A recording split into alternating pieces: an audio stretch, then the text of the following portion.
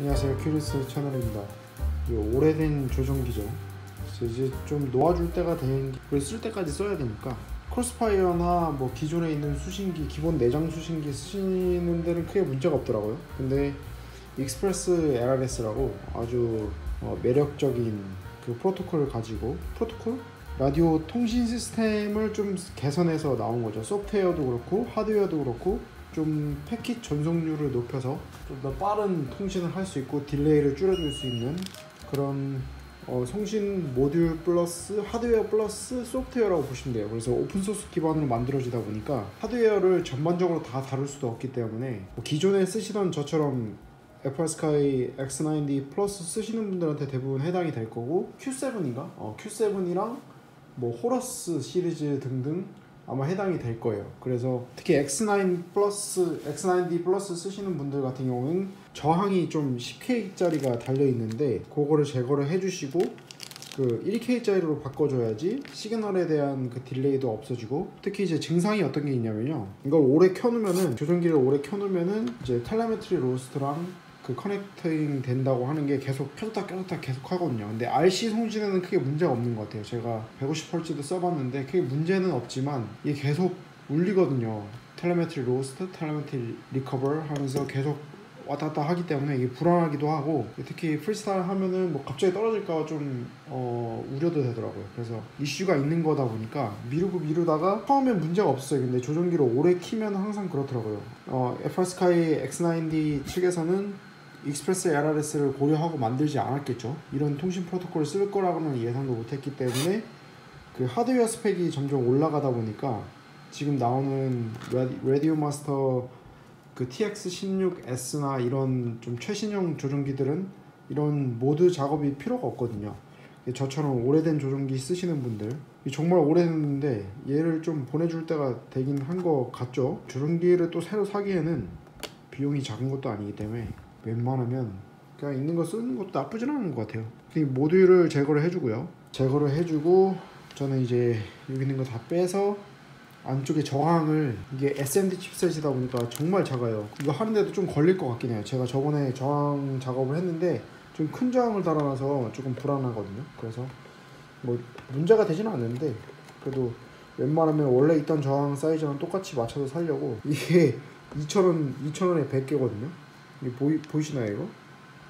이게 저항인데 거의 보이지도 않아요. 눈으로 봐도 작고 이래서.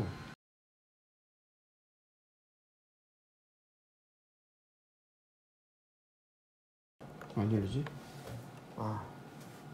제가 또 이게 옛날에 난로로 이렇게 너무 가까이 됐더니 이게 탔어요. 타가지고 이 플라스틱이 우러 들어가지고 여기 자꾸 먼지가 들어가더라고요. 안 그래도 좀 오래된 조종기에 먼지까지 끼면은 그 대참사죠.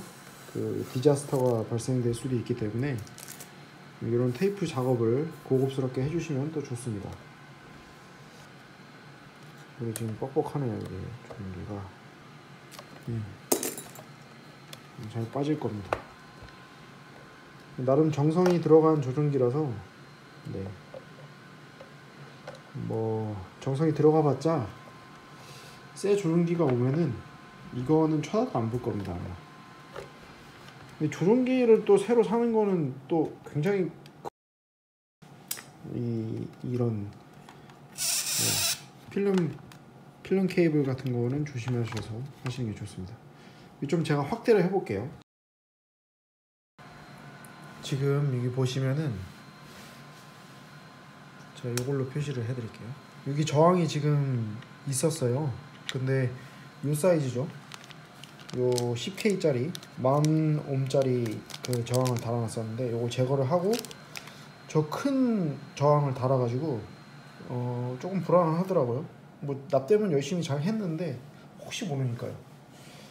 요거를 제거를 하고 요거 1K짜리 요 저항으로 달아주도록 하겠습니다. 할 수 있을지 모르겠는데 이거 할 수 있겠죠.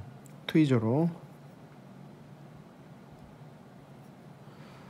이거 부시면 안 되니까 아주 살살 잡아야 되거든요. 이게 뒷면이고 흰색이 뒷면이고요. 보이시나요? 흰면, 그리고 여기 뒷면이 검은색으로 이렇게 띠가 있습니다. 아주 작죠. 뭐 보일지 모르겠어요. 이거 테스터기로 한번 찍어 볼게요.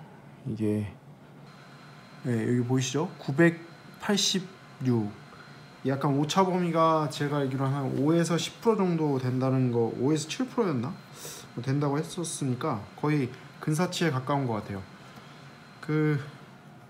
요게 지금 제가 재보면은 제가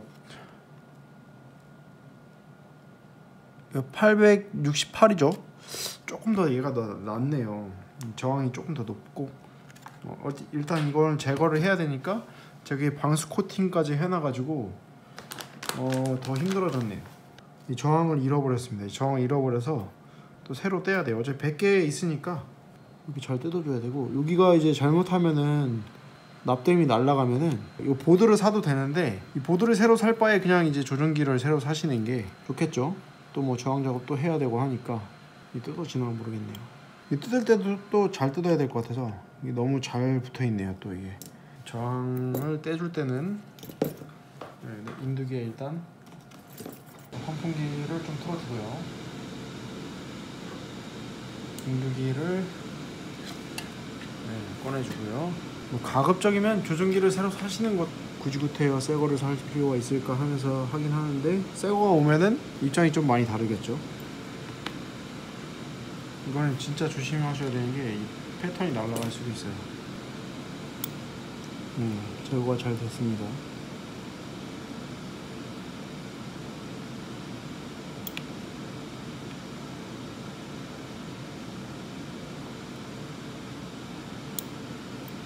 제거는 끝났습니다. 기판이 손상이 있거나 이러진 않습니다. 다행히도 잘 제거가 됐습니다. 이제 여기 표면 정리를 좀 해주고, 그 다음 한번 다시 알콜로 한번 닦아주고 플럭스로 정리를 해줄게요. 잘 보이실지 모르겠지만 요 아직 그 뭐라고 해야 되죠? 그게 좀 남아 있거든요. 그 방수 코팅 실리콘들이 남아 있어서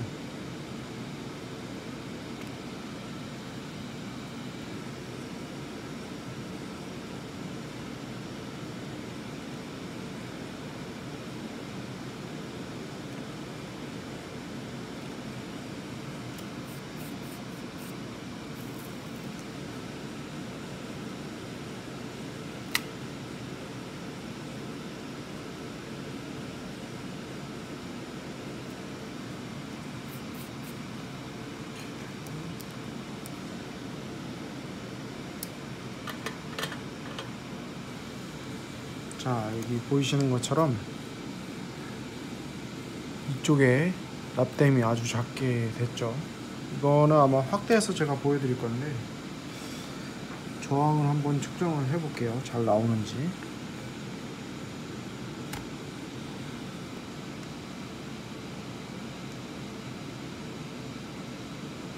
883짜리.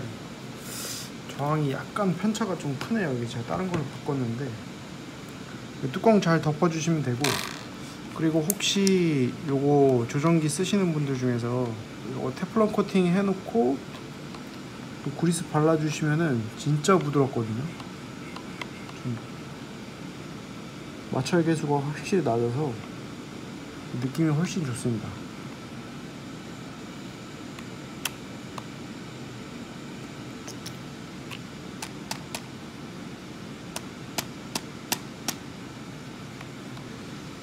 자, 이렇게 해서 마무리 해주시고, 이렇게 배선 잘 정리해가지고 덮어주시면 됩니다. 볼트 그대로 넣어서 쓰시면 됩니다. 이렇게 쓰시면 되고, 뭐 큰 이상이 없을 거예요. 이 정도 작업만 해주시면은, 여기에 이제 HTX나 원비트 오픈텍스 모드가 있는데, 그것만 포함을 해주고, 그 조종기 설정 창에서 그것만 보여드릴게요. Welcome to OpenTX. Throttle warning. 설정창 쭉 가셔서 쭉 누르시면은 원비트 모드 고르는 게 있거든요. 하드웨어에서 ADC 필터는 빼주고요. 이 원비트 모드 있죠? 이거 노멀에서 원빗으로 바꿔주시면 됩니다. 네, 이 정도 팁이 되겠고, 이거 뭐 솔직히 다 해당되는 게 아니라 저처럼 그 오래된 조종기 쓰시는, 특히 X9D 쓰시는 분들한테는 도움이 될 것 같네요. 지금 그만 놔줄 때도 됐지만 그래도 아직 너무 잘 작동하기 때문에 제가 튜닝도 많이 해놔서 조종기도 진짜 부드럽거든요. 스프링은 바꾸진 않았는데 요 뭐라고 해야 되지? 제가 그 테플론 필름 튜브 넣어가지고 네, 아주 부드럽습니다.